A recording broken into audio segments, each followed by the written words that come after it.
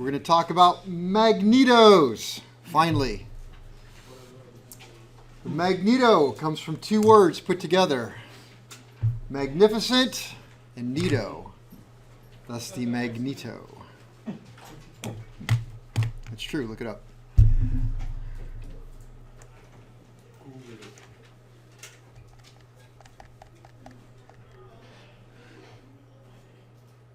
We're missing somebody. Did he slip in the bathroom and hit his head on the sink? He's with his girlfriend or whatever. Well, now I know you're lying. It's all right. Here he comes. He's clocking in.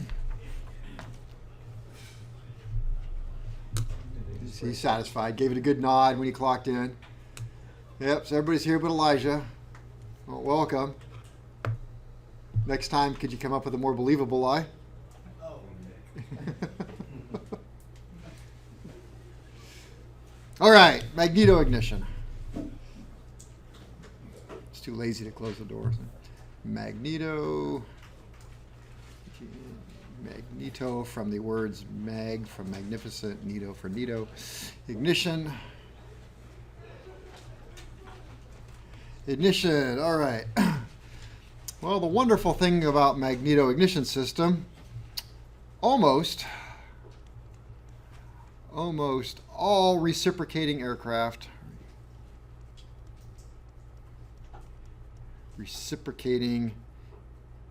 engines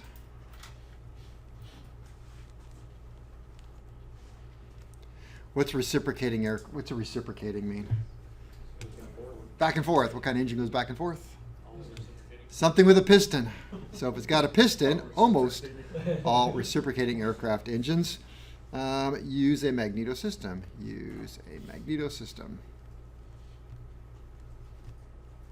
Ignition.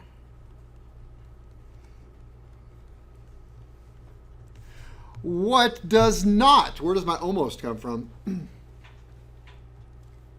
electronic ignition? If they would have the new electronic ignitions put on it by chance, that would qualify. Very few aircraft. I don't know any in operation. They're out there, but I've never seen one or worked on one that has both sides. One still has a magneto side. What would be another one? Diesel or Jet A? Yes. Compression ignition, I guess, Yes. if you will. So a piston engine that runs a diesel, because we don't use diesel, we just put Jet A in it, which is about the same thing. So I have to do something here.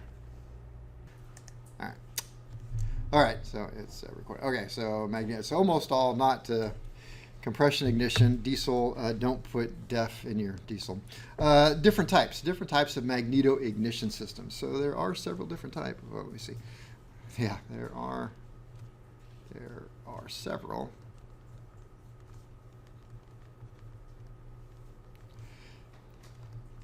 Different types when we talk about magnetos. First of all, there's the high tension version.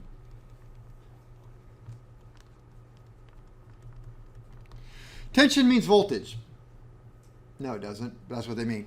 So they could have just said high voltage, but then somebody could have said, well, it's eventually high voltage, but so we call it high tension. So high tension, so that is high voltage. High voltage leaves the magneto.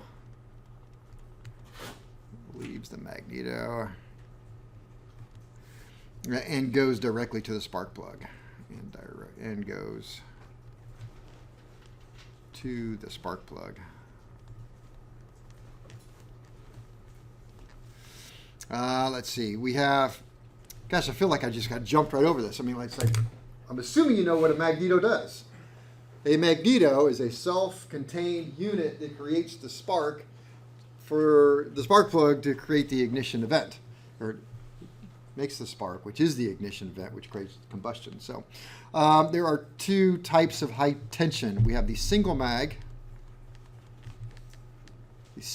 unit, of which you need two. So you have dual mags, because you got to have redundancy. You got one for the right side of the engine, one for the left side of the engine, which is one that goes to the top of the cylinders, the other one goes to the bottom. So that's a single mag, which is 2, which we could say is dual mags. Or you have the dual mag, which is 1. Makes sense. Yeah, like, Dual mag, which is just 1, and the single mag, which is 2. Could that be any more complex? It makes sense if you don't think about it. yeah. This is single mag. Okay. Got to have 2 of them. Therefore, one person would say you got dual mags. But you have dual mags, dual magnetos with the S, which is plural. Or you've got this, and these are the capacitors. They don't go here. They go in the cap, but it works when they're put here. So that's not where they go. So otherwise it looks funny. This is a dual mag. It is a single unit. Therefore, it's got a single drive pad, and that works out absolutely fine until the single drive doesn't work. Then everything dies. And in fact, that's exactly what happened. This is a D2000, D being dual mag, D2000. These were outlawed by an airworthiness directive. The housing is made of magnesium.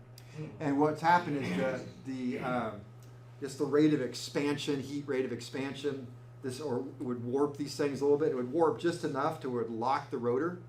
And it's got, the only thing that it has in common is it has one impulse coupling and one rotating magnet.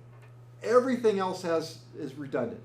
2 capacitors, 2 points, 2 distributors, 2 distributor rotors, 2 coils, two of everything but 1 rotating magnet. So when that 1 rotating magnet stops, the whole thing stops. So now you have to have a D3000, which is an aluminum case. So that's why that's there, because it's a D2000. Can't do anything with it.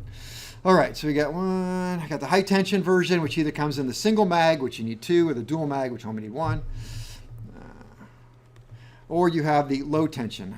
The low tension.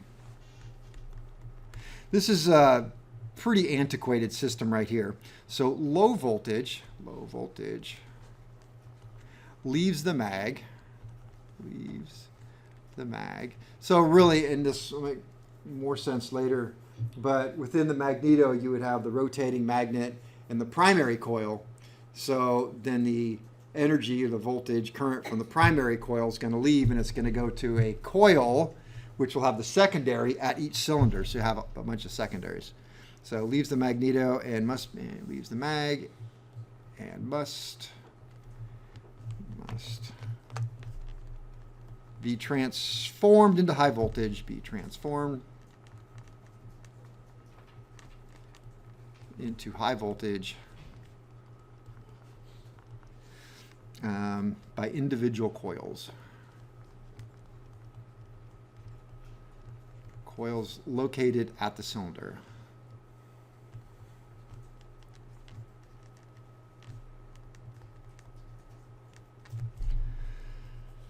Obviously, you're going to have 1 coil per spark plug. So it's going to be a lot more coils.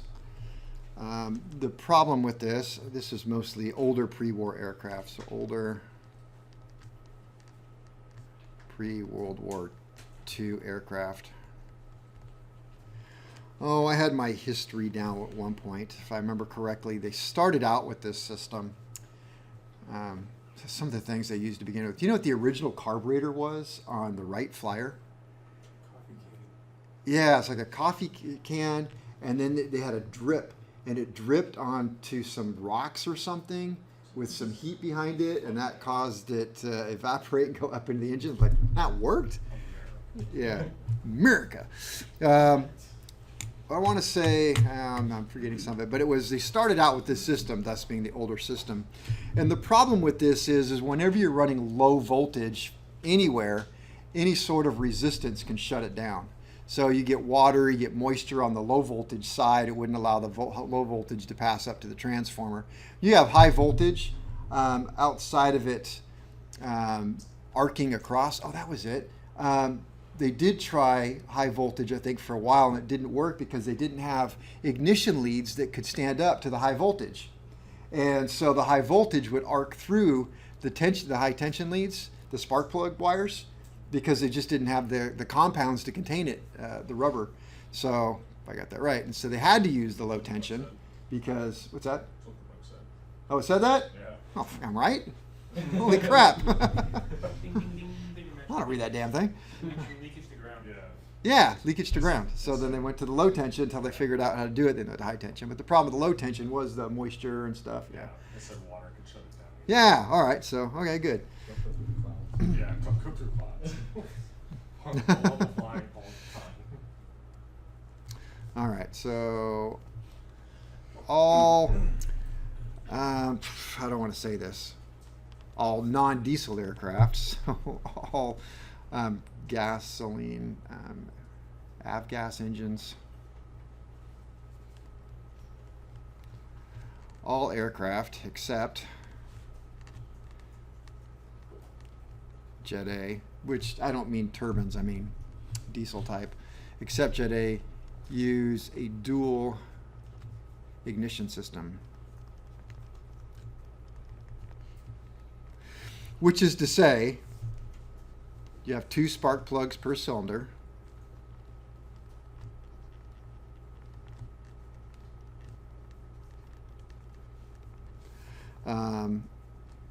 Two magnetos, 2 spark plugs per cylinder, 2 spark producing devices. Man, I'm having to change this on the fly here because of all the technology is just running out there. All right, 2 spark producing devices, which could be 2 single mags. It could be a single mag and electronic ignition. It could be 2 electronic ignition devices, or it could be one of these, which is two put together. All right, so it's going to have something like that because you ultimately got to fire 2 spark plugs independently. The thing about that is why? So safety. Primary was safety in redundancy.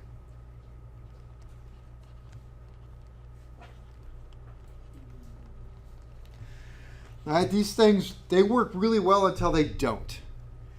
In fact, as a pilot on a pre-flight, for whatever, it's like the thing we check. We do a run-up and we always turn off, because your ignition switch is right, left, both off. Start for some, but it's always right, then left, then both. So as the pilot, you have the switch off, right, left, both. So you put it in both. If it's a key switch and it's wired correctly, you put it in both. And you'll start it. Sometimes you have a start switch. My airplane has just like a car, you twist it. Shouldn't even say that anymore. My last cars now have that. So then we do a run-up, warm up the aircraft, take it down to the run-up area. We run it up to 1700 RPM, and we go from both to left. And we watch and see what happens. How does it run on just one? Then you go back to both. Okay, is everything running? Then you go to the right. So you shut off each one and look at it independently. How does it run on just the right? How does it run on just the left? It's like you never see a pilot not do that. That's like the number one thing. Excuse me. So a pilot that does nothing. I mean, I've seen pilots, pre-flight exists of basically just, yeah, that's my plane. and get in and start it up, and they'll always do that mag check.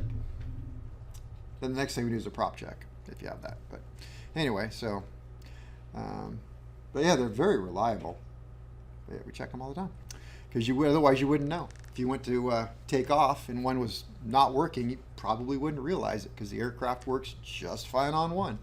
There's a definite difference when you shut off one magneto. You're going to lose about 150 RPM, and you're going to see your EGTs climb up if you have that. Yeah.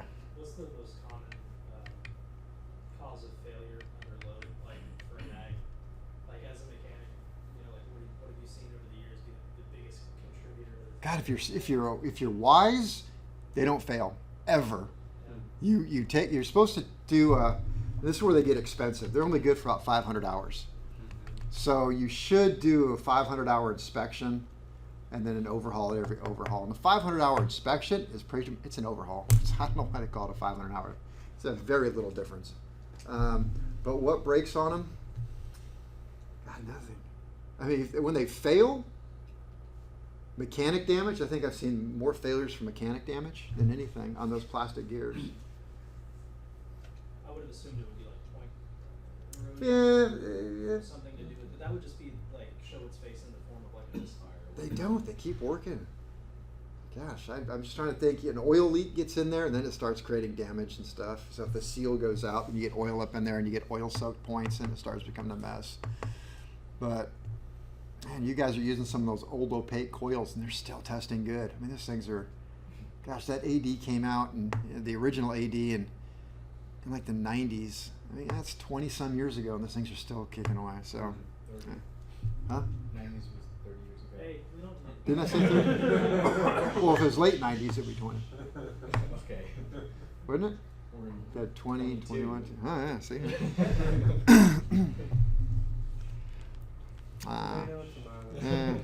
Let me have my piece, all right? I had a rough weekend. I mean, I didn't really, but I had a birthday. And I'm officially old enough to move into an adult community now. So I guess that makes me officially an adult. Happy birthday, happy birthday. Let's see. Oh, and more efficient burn. More efficient. We've talked about that. More, if you're going to have two of them, well, might as well make it work. A lot of cars have two spark plugs. Was Nissan, I think, the one that started that in America? Yeah, I want to say we had a Nissan truck in the 80s, and I think it had two spark plugs.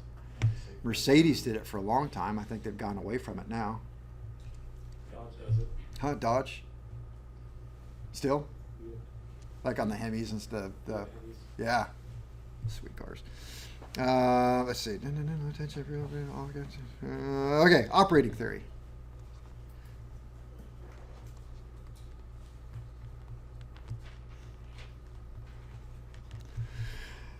I figure I could go through my notes step by step, but I think I'm just going to throw it at you, and then we're going to go back over it step by step. How's that sound? Good. So you can just kind of watch and pay attention and see what's going on here, and we'll see how we do with this. All right, so operating theory. Well, kind of thinking about some of the things tripping you guys up on your orals. First of all, not every magneto has an impulse coupling. So we can just take impulse couplings and just, for the time being, and just take it out of the picture. Because not every magneto has an impulse coupling. We'll talk about impulse couplings later. So here we have just a magneto. Without an impulse coupling, it'll be like an S6LN or S6RN-20. 21s have the impulse couplings. So within the magneto, we have three distinct circuits. Three. You have the primary circuit. The primary circuit consists of the rotating magnet. I may need some pictures. The rotating magnet, not good pictures, mind you, but just pictures. That's a magnetic circuit. What's that? Magnetic. Yep, we're going to talk. Yeah, You magnetic. said primary. Did I? Yep. Yeah. Why would I say that? I don't know. That doesn't make sense. Because that's the one that comes next. So within the magnetic circuit, oh, that's very small, isn't it? It's a baseball. It is a baseball. Because you weren't paying attention anyway. It's getting larger. I'm going to make it too big, and I won't have enough room to do anything. All right, so. All right. We have a rotating magnet with, we'll say, a north and a south pole. If we have a north and a south pole, that's how many magnets? It's one. All right. And then next to it, we have pole shoes. And off the pole shoes, oh, that one's a nice one. We have pole shoe extensions. So there are pole shoes and then pole shoe extensions. Now, right now, this particular magneto happens to be in what's called the full register position. We'll come back around to that. So we have two things so far. We've got the rotating magnet with how many magnets in it? One. That particular one has one. I could have drawn it with two, but I didn't. I drew with one because how many does yours have in class? One. All right. And so we got the rotating magnet, the pole shoes, pole shoe extensions, which is really right here. This is the extension. This part down here is the pole shoes. And a soft iron core. Where do I find that soft iron core? Inside of the coil assembly. So that makes up the magnetic circuit. 4 things, right? Okay. Then we have the primary circuit. Primary circuit is going to consist of the primary windings wrapped around the core. And off of that, we would have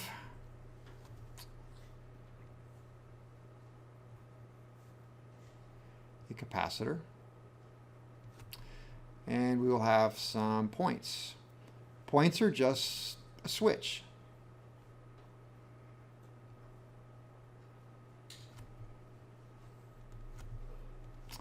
And they open and close with cam. I was trying to figure out where I want to draw the cam. Right there. Cam's going to rub against that and open and close them. Cam is located on top of the rotor, basically. So it's really, the cam is kind of located here, but I couldn't draw that over there. So all right, so the primary consists of the primary winding,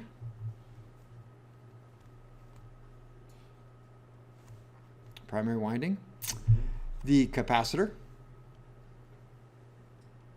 that's better, and the breaker points. There is an ignition switch in here. We could add it onto this, which just turns the magneto on or off. If, well, actually I'd have to add another one over here. Switch. Is that on or off? That is on. That is drawing the on position. Because what that means is the breaker points actually can break the system. So when these open up, you can see it's an open path. There's no way for the current to go around. And when they're open, and so we want that. If this is closed, then there's a constant current and it follows the flux path. So we'll stop right here and we'll talk about what we have so far before I make the drawing all whacked out. So in the primary circuit, let this be 0, as the magnet goes around, it creates lines of flux. So that's a flux curve. Creates lines of flux. Just goes around. Right now it's drawn in the full register position. And a little bit later, it's going to have north up here and south down here, right? And when it's north-south like that, it really shorts out, because the pole shoes are right here. The lines of flux actually just go like this. And they go nowhere. But right now, the lines of flux are going around. They have a path, a complete circuit, and they go around. And it looks like this over here. Right now, it's in full register, which is the most amount of flux, which would be right here. A little bit later, it's going to be right here where it's shorted out. That's going to be right here, 0. Then it's going to reverse, where the south is over here, then the north is over here. That's going to be right here. Then it's going to go back to neutral. And it's going to go here. Then it's going to go back to full register. And that's going to be up here. And you see, that's what it's doing. All day long, that's its thing. Back and forth. Good water. Back and forth, back and forth. But then we added a primary circuit. Primary winding up here. So what we've done is we've got this flux that's expanding and contracting and expanding and contracting. And that flux, and this is your key word, cuts across the wires. It doesn't go into them per se. It doesn't become part of the primary. It just cuts across them. No different than my little toy right here. It has the magnet inside where the magnetic lines of force cut across these wires and create a little voltage to light the light. So it's doing the same thing. Expands and contracts, expands and contracts. We have what now? Relative motion across wires. We have magnetic flux cutting through wires, which is relative motion. So whenever you have relative motion, magnetic flux cutting through wires, you get an induced voltage where? In the primary. So how much voltage do I have in the magnetic circuit? None. Absolutely none. Zero. There's no voltage in there. There's no wires in there. There's no conductors. We didn't do that. We just have magnetic flux in here, expanding and contracting. That cuts across the wires of the primary. When that cuts across the magnetic flux cuts across the wires of the primary, we get voltage. All right, so now we've created voltage in this primary wire. Now if I put a little light out here, the light would go on, right? It would kind of get bright and dim and bright and dim. And it's getting bright and dim because we have magnetic flux expanding and contracting and expanding and contracting. But we also have to think about Lenz's law. Lenz's law. It was named after? Mr. Law. Doctor, yes, Mr. Law is what I was looking for there. So we have Lenz's law. Now, Lenz's law, if you remember, talks about this induced voltage in here in a coil. Induced voltage in a coil, as the current starts to flow, it does what? It opposes its own buildup. And the same thing happens, so it opposes buildup, but the opposite's true. When it starts to die off, it opposes the collapse. All right, so here we have this system right here. And what happens is we're going to induce a voltage current flow in this primary. Let me see if this is ready yet, because this is a much nicer drawing. Yes, I loaded it.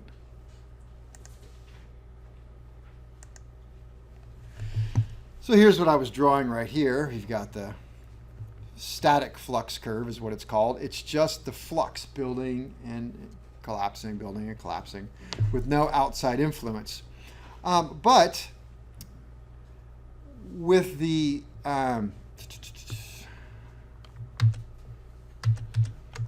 buildup of current in the primary is also going to create its own magnetic field about it. And that magnetic field tends to be in opposition to the static flux curve. And we add Lenz's law and so forth in there, it's going to create this timing problem.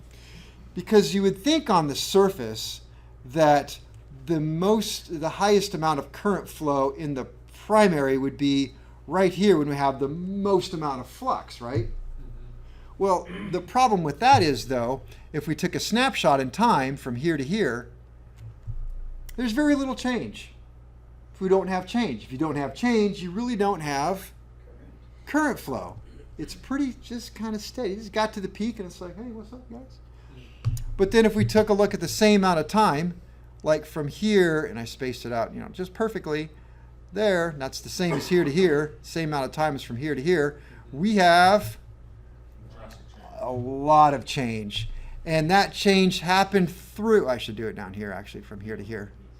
So that would have been much better to say from here to here. So from here to here we have this massive change, which is around about the neutral period. So through neutral is really when you have this huge amount of change. So it's not the big change up at the top, it's not the big change at the bottom, it's just change between full register and full register at the other end, which right in the middle happens to be neutral. All right, so if we take a look at that, we have the biggest change right there. We end up with this other graph on here that ends up being kind of square, which is the resultant flux. So it comes down, and then it goes down, it kind of squares off, and it sort of ends up looking like this, is the resultant flux curve. And so we have a huge amount of change between here and here, for sure, right? So that's what we're looking for, is this gigantic change right here.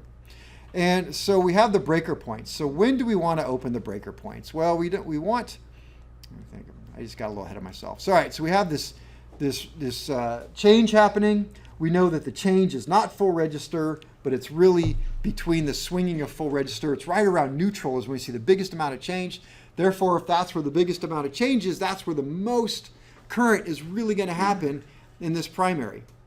All right, so that's a good thing for us, because on top of this primary, we also have a secondary.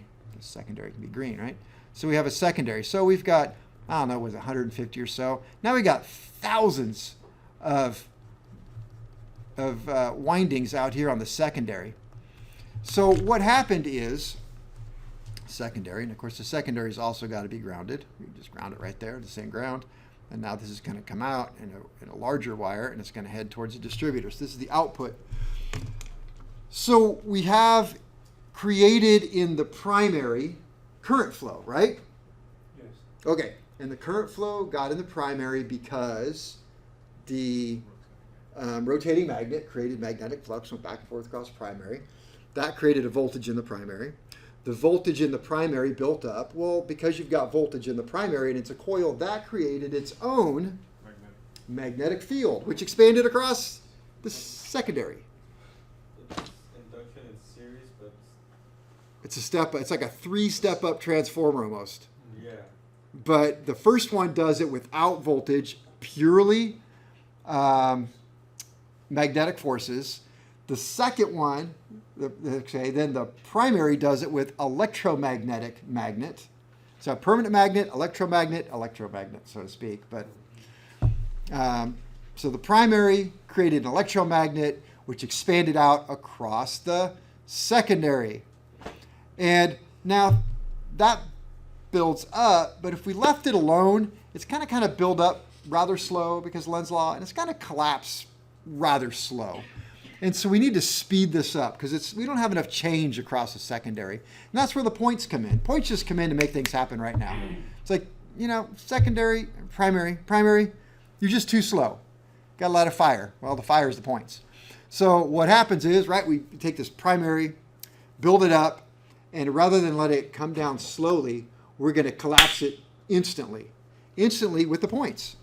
So rather than waiting for this primary to kind of work its way down at the right time, which is 10 degrees past neutral for most magnetos, at about 10 degrees past neutral, points open. So I really want to say, if I were going to draw this little flux curve right here, we'd have like that. Oh, that just didn't work out well at all. This is harder than you think. Oh, we're going to do 2 lines up? Okay, now I got 2 lines down.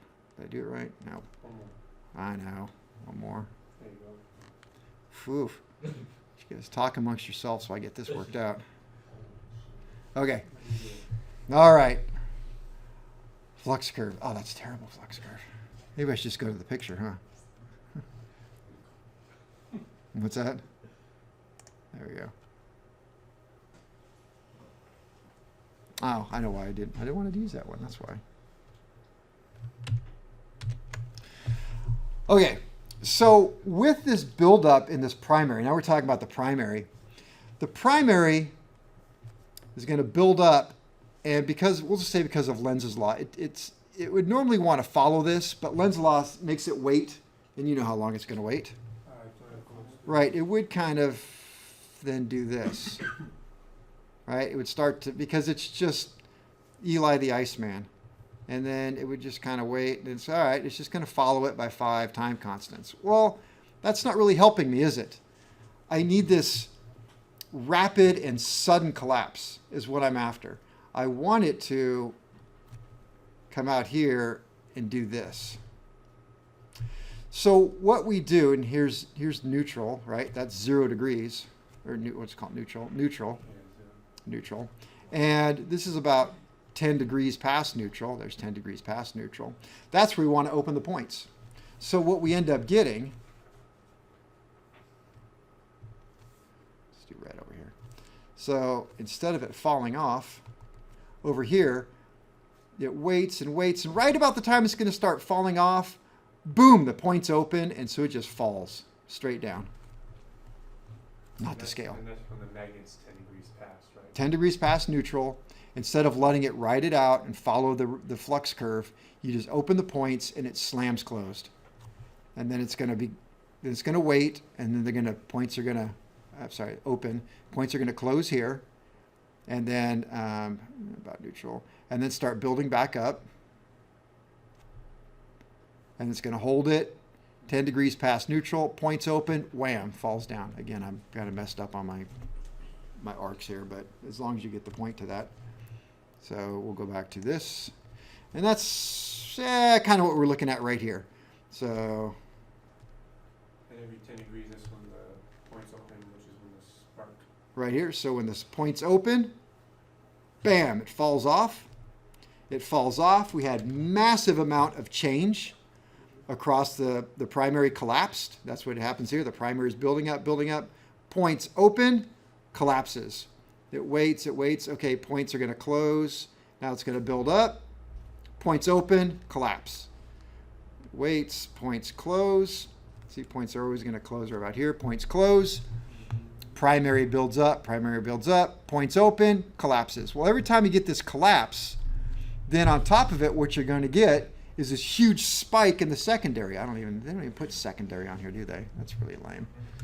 I have a better book, but I don't have it online, so then we got the secondary. Secondary is going to have to be blue, I guess. So when this happens and it closes right here, well, then the voltage for the secondary is going to go from nothing to, nope, let's go straight up to 20,000 volts. And then back to zero. Back to zero. And it's going to wait. And the point's open, 20,000 volts. 20,000 volts. Back to zero. So every time those points open, 20,000 volts. About 20,000 volts. I'm hoping that made some sense. Because the real key to this whole thing is understanding that, I thought I drew another line there. Whole key to this thing is understanding this transfer that happens inside the coil assembly. So when that makes the 20,000 volts come out of here, that goes from a high tension tab on the coil to the distributor, the carbon brush on the distributor, carbon brush to the distributor, let's make my carbon brush, to the finger. That's going to point to the a tab inside of the distributor. From that tab, it's going to go to the ignition system, the ignition leads to the spark plug, got the ground on the spark plug, travels around, back into the ground, and that's its complete path. So you always got to have a complete path. Can't leave that out. It's still electricity. You still got to have a path.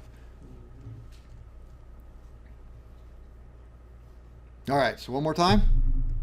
Yes. Rotating magnet goes around. Flux expands and contracts, expands and contracts. That expanding flux expands and contracts across and cuts through the primary. That flux cutting through and changing on the primary causes a voltage in the primary. That voltage in the primary builds up and creates an electromagnet that has flux of its own that goes out and cuts across the secondary. All right, so now we induce a voltage in the secondary. So that flux in the primary goes all the way out and expands, and it's all the way, it's the top of the curve right here. It's out there. We got to change it real quick. Well, what changes the flux out of the electromagnet of the primary rapidly? Breaker point's open and super collapse, super fast. That creates that super fast change across. The secondary creates a very high voltage that traveled into the distributor, out the distributor block to the spark plug and around. That's all it is. I don't think I left anything out. Questions? All right, who wants to stand up here and explain it? I got a question, Kevin. Yeah. So what, is it a circuit that's controlling the breaker points? The breaker points are located up in the breaker compartment, right here,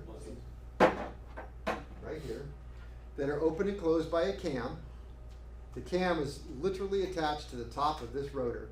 So when I turn it around, that little cam turns around and opens and closes the breakers. What is attached to the camshaft of the engine? The rotor is attached to gears in the engine. Yes. We'll talk about rotational speeds because the rotational speed of the rotating magnet can be different depending on how many magnets it has in there. But the rotational speed of this is always going to be once around to fire all cylinders. So it takes 2 trips of the propeller to fire all cylinders, therefore it takes 2 trips of this. Yeah. Current flow in the primary, is that AC or DC? Everything is gonna technically be AC because it goes back and forth.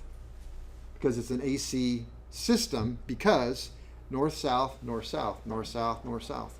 So, and then we end up with DC in the secondary? Actually AC. It's AC. Yeah. Because it'll fire one spark plug technically from this electrode to that, and the next spark plug go this way, that way. This one goes this way, that way. This one goes this way, that way. That's tricky. What actually determines the direction of current flow? Is it The north-south. winding itself? It's the north-south, whatever the north and south are. So it's based on the magnetic, not necessarily the direction of the windings or anything? Oh, ultimately, yeah, you could reverse it all with the direction of the windings, but the coil's already made. You can't do anything with that. You can't put it in the other way around. I mean, you could, as a mechanic, if you could figure out which way it was firing on one, if you didn't like it, you could remagnetize the rotor to go the opposite direction or change the timing. But yeah, it's just not done. It's not something we care about. The only time that it's ever brought up is when you get all the way to the end of the line, you have a spark plug. Some people will say, oh, well, I'm some people. You're supposed to rotate your spark plugs. I don't rotate them for this reason, but they say rotate them in the next in firing order because it's an even number. Like number 1 is always going to be a negative polarity, and number 2 is always going to be the positive next one to fire.